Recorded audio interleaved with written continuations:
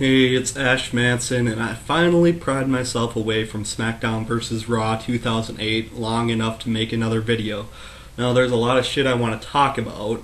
First off, Survivor Series. Now, Survivor Series was a pretty good show, but here's a little problem that you have to deal with if you're doing these tribe-branded pay-per-views. And I think tribe-branded pay-per-views are a good idea because otherwise the WWE roster would be spread too thin and they wouldn't be able to fill a pay-per-view up with entertaining content, which they have a bad enough problem doing as it is. But anyway, the problem is that every pay-per-view, you want to give the fans a reason to want to tune into the next show that you put on.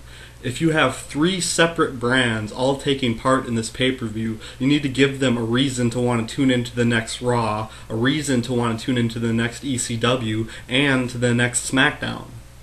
Now, they only did that with SmackDown, given they gave you a reason outside of the pay-per-view to tune into Raw with Chris Jericho's return, which I will get to. But the thing is that you need to change the dichotomy. You need to have something, whether it be a title change, a heel turn, just something that makes them want to see the fallout on the next show.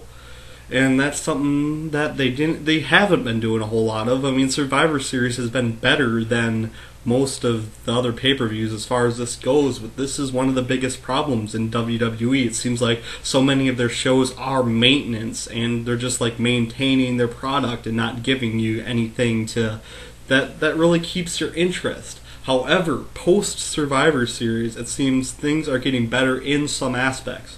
Raw, for example, the return of Chris Jericho, awesome. Chris Jericho is a much bigger deal now than he was 2 years ago. And that's not necessarily because he's better now. It's not because he's been gone for so long. I mean, that has something to do with it. But one of the reasons that Jericho is so big now, opposed to in 2005, he was another, fairly big name, but nothing to write home about. The reason Jericho is so big of a deal right now is because the roster has thinned out so much. WWE doesn't have nearly as much star power. It's a much smaller pond. So, a medium big size fish like Chris Jericho seems like a lot bigger of a deal. I like how they put him right back into the storylines. They're not saving him from the pay-per-view. They're letting him build himself up so we eventually care about the Orton-Jericho match, which should be awesome. In other news, Raw is really looking pretty good lately because they have Triple H doing a program, they have Shawn Michaels doing a program, they have Mr. Kennedy doing a program with Shawn Michaels, they have Santino Marella, who is he's the best new heel I've seen in so long. The only other one that comes close and may even surpass is Mr. Kennedy. I think Santino is actually better on the mic than Mr. Kennedy is. They just don't build Santino up as a serious wrestler, which is alright for what he is. Santino's one of those guys that just gives major fucking heat, and the babyface beats the shit out of him. I mean, I'd almost rather he beat up the babyface because I don't like faces all that much, but He does what he needs to do. He's so fucking funny. I look forward to Santino's segment every week. Every time his music hits, I'm like, fuck yeah, something good is about to happen. And him and Chris Jericho was fucking priceless. Now, on to SmackDown. The beginning of last SmackDown confused me. Edge and Vicky Guerrero. I mean, I know people are going to say that's in poor taste because she's Eddie's widow and all. And yeah, that can be argued, but the thing that gets me is that they didn't explain it. They basically just have Vicky pretending to yell at Edge and then say, hey, it's a good plan. They start making out. They don't tell you why Vicky Guerrero did that. They didn't do that next week. They're like, oh, I love him. And that's her explanation. It's just, why? They need to explain that. Maybe they will in the future, but right now it seems like TNA booking, where not everything makes perfect sense. But I think that works on TNA because, I mean, the unpredictability is part of their charm. In WWE, everything follows such a strict format that, I mean, it's sometimes limiting. But when they do one thing that doesn't make total sense, like everything else. It just kind of stands out like a sore thumb. So I'm just kind of waiting to see on this whole Edge and Vicky Guerrero thing. But a really good thing for them is that they no longer have a babyface general manager.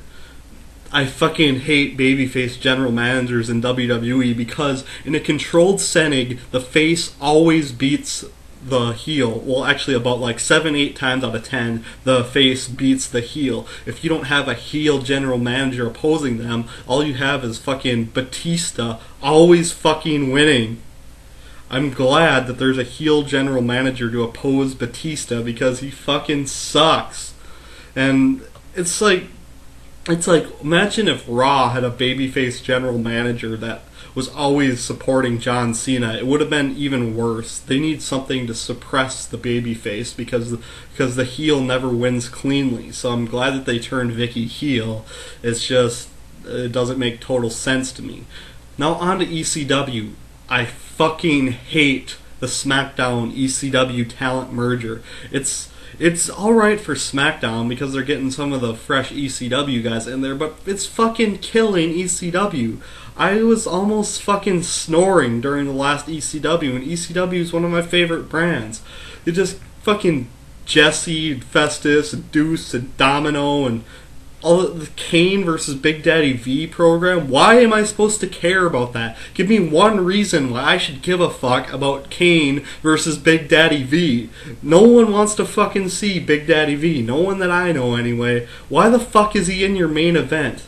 I think Big Daddy V should go over to SmackDown and blend in the main event, and they should keep the SmackDown mid-carders off fucking ECW because you're ruining ECW's charm.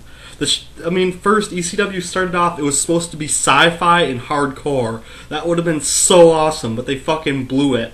And after you got over that, they fired most of the ECW originals and they made it into a watered-down third WWE brand, they finally gave it something to differentiate itself from Raw and SmackDown, with the guys like CM Punk and John Morrison running the show, the younger guys, the up-and-coming guys. The guys that are actually a lot easier to watch, in my opinion. But anyway. And now they're fucking ruining that by making it a fucking SmackDown reject show. They need to stop fucking doing that.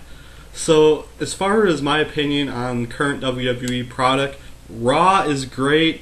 SmackDown, I'm gonna wait and see. ECW, get SmackDown the fuck off of ECW. Motherfucking hell. I don't even believe in hell, but motherfucking hell, get them off of ECW. I am out of here.